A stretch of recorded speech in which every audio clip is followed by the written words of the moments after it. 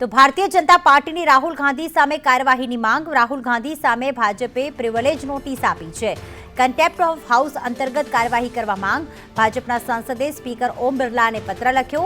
ભાજપના સાંસદ નિશિકાંત દુબેની સ્પીકર સમક્ષ માંગ. કાલે લોકસભામાં રાહુલ ગાંધીએ સંબોધન કર્યું હતું. રાહુલે અદાણી મુદ્દે સરકાર પર આરોપ લગાવ્યા હતા.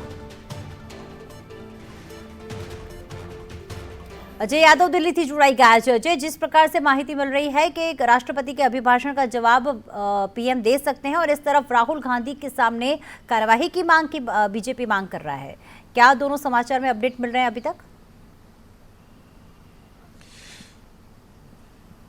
देखिए, निश्चित तौर पे 3 दिन बजट सत्र के जो महत्वपूर्ण दिन थे वो बर्बाद होने के बाद कांग्रेस ने रणनीति बनाई थी कि जो राष्ट्रपति के अभिभाषण के प्रस्ताव पर चर्चा होगी उसमें कांग्रेस पार्टी पार्टिसिपेट करेगी और उसका जो मेन मुद्दा है जिसको लेकर के संसद की कार्रवाई बाधित हो रही थी अडानी के मुद्दे पे वहां पर अपनी बात रखेगी. ये एक तरह से कांग्रेस की रणनीति का हिस्सा था जिसमें राहुल गांधी ढेर सारे आरोप न सिर्फ केंद्र सरकार के ऊपर बल्कि प्रधानमंत्री नरेंद्र मोदी के ऊपर लगाए, जिसमें उन्होंने ये भी कहा था कि 2014 से पहले 6 से 9 नंबर पर अडानी थे, लेकिन प्रधानमंत्री नरेंद्र मोदी के शासनकाल में वो दूसरे नंबर पर चले गए.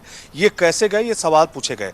हालांकि सदन के भीतर खुद राहुल गांधी ने फोटो दिखाए थे जिसमें यह साबित करने की कोशिश की थी कि किस तरह से प्रधानमंत्री जब विदेश यात्राओं पे जाते हैं तो उनके साथ अडानी भी होते हैं, और इसी तरह के कई सारे एलिगेशन लगाए जिसमें यह भी कहा गया कि आखिर एसबीआई और एलआईसी का पैसा अडानी को क्यों साइफन किया गया.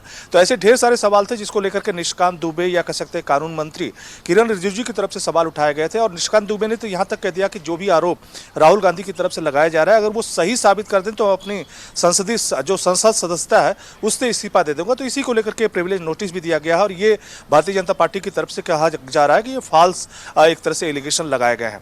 हालांकि इसी सब मामले को लेकर के हालांकि जो राष्ट्रपति के अभिभाषण के प्रस्ताव पर चर्चा होगी उसमें प्रधानमंत्री नरेंद्र मोदी विस्तार से बोलेंगे और साथ ही साथ संभावना यह भी जताई जा रही है कि राहुल गांधी की तरफ से जो आरोप लगाए गए हैं उसका भी माकूल जवाब प्रधानमंत्री नरेंद्र मोदी की तरफ से आज 3:30 बजे जब वो बोलेंगे तो आ सकता है. जी बिल्कुल, धन्यवाद तमाम जानकारियों के लिए अजय.